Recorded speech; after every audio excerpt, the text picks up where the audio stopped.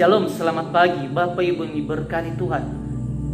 Saat ini kita dapat bertemu lagi kembali. Tema kita yaitu mengasihi saudara.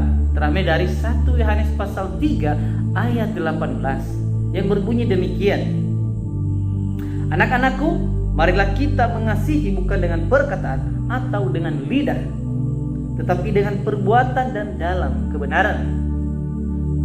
Ini adalah perintah Tuhan Yesus supaya saling mengasihi di dalam Yohanes ini, ya. Dan firman ini juga betul-betul meneguhkan kita, baik saya maupun Bapak Ibu dan saudara-saudari yang berkati Tuhan. Untuk itu mari kita merenungkannya bersama-sama. Bapak Ibu dan saudara-saudara, di saat-saat situasi zaman sekarang ini, mungkin ketika dikatakan kepada kita mengasihi, sama seperti ketika Tuhan Yesus mengasihi kita, mungkin kita perlu pertanyaan dan melihat diri kita apakah kita sudah melakukan itu. Tetapi sesuai kenyataan yang kita alami, yang kita sedang jalankan sekarang ini, kita tidak dapat mengasihi seperti Yesus mengasihi kita, dan begitu juga ketika kita mengasihi saudara-saudara kita. Tidak, jarang sekali terjadi Bapak Ibu yang diberkati Tuhan. Mungkin kita mengasihi saudara kita, mungkin kita mengasihi orang yang kita kenal, sahabat, teman kita, dan sebagainya. Itu oleh karena kita mengasihi tetapi memiliki tujuan yang lain, agar kita juga dapat mendapatkan apa yang kita dapatkan dari orang yang kita kasih tersebut, baik itu keluarga maupun orang yang kita kenal.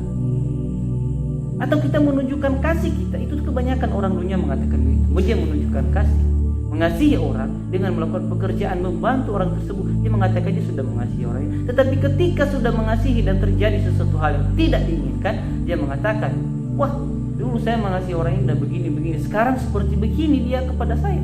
Tapi kita lihat ketika Tuhan Yesus mengasihi kita, dia tidak melihat, ya, apakah kita betul-betul melihat kembali kepadanya atau tidak. Tapi Yesus betul-betul mengasihi kita, tidak melihat bahwa kita ini orang berdosa. Begitu juga ketika kita mengasihi sesama kita.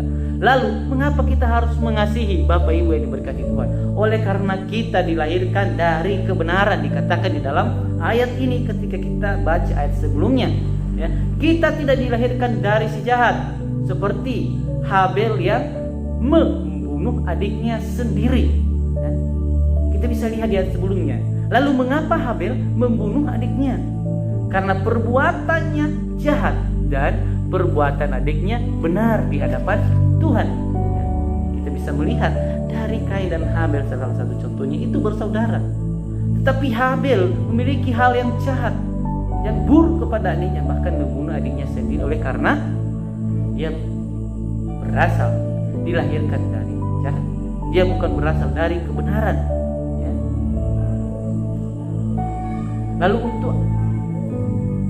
untuk itu kita tidak perlu, untuk sekarang ini kita tidak perlu bertanya-tanya atau heran ketika dunia ini membenci kita, orang-orang percaya, orang-orang yang hidup di dalam Kristus, karena mereka itu berasal dari si jahat, ya.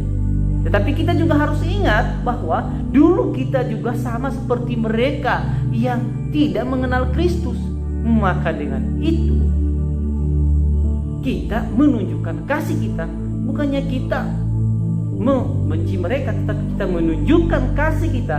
Tapi kita, oleh karena kita sudah terlepas dari semuanya itu, dari dunia ini, kehidupan kita yang dulu berdosa, kehidupan kita dulu yang jahat, kita semua terlepas ketika kita sudah menerima Yesus dan mendapatkan kasih Yesus dari kehidupan kita. Nah, sekarang kita sudah di dalam hidup, yaitu karena kita dapat mengasihi saudara kita. Nah, jika tidak memiliki atau jika tidak mengasihi, artinya kita tetap hidup di dalam maut. Berarti kita sama seperti orang-orang di dunia ini yang belum mengenal Kristus dan belum menerima Kristus. Jadi bagi setiap kita yang membenci, bagi setiap kita yang membenci adalah seorang pembunuh, dan seorang pembunuh tidak memiliki kehidupan kekal di dalam dirinya. Itu dikatakan di dalam ayat ini, dalam perikop ini ketika kita membaca ayat sebelumnya. Jadi seorang pembunuh tidak akan memiliki kehidupan kekal di dalam dirinya. Lalu bagaimana kita dapat kasih itu? Kita dapat mendapatkan kasih itu di dalam Kristus, oleh karena Dia yang menyerahkan nyawanya untuk kita, untuk saya, Bapak Ibu, saudara-saudara yang diberkati Tuhan, supaya terselamatkan. Untuk itu kita dapat memiliki hidup yang kekal karena kasih Kristus bagi saya, Bapak Ibu yang diberkati Tuhan. Ya, karena kita telah menerima kasih Kristus, kita pun harus mengasihi saudara kita, bukan kita menikmati sendiri. Jadi kita juga menunjukkan kasih itu, menyalurkan kasih itu kepada saudara-saudari kita, supaya mereka juga dapat merasakan kasih yang dari Kristus yang telah kita rasakan ini. Jadi Bapak, Ibu, dan saudara-saudari yang diberkati Tuhan, mengasihi bukanlah dengan perkataan atau lidah, tetapi dengan perbuatan dan dalam kebenaran yang berasal dari Yesus Kristus sendiri. Amin.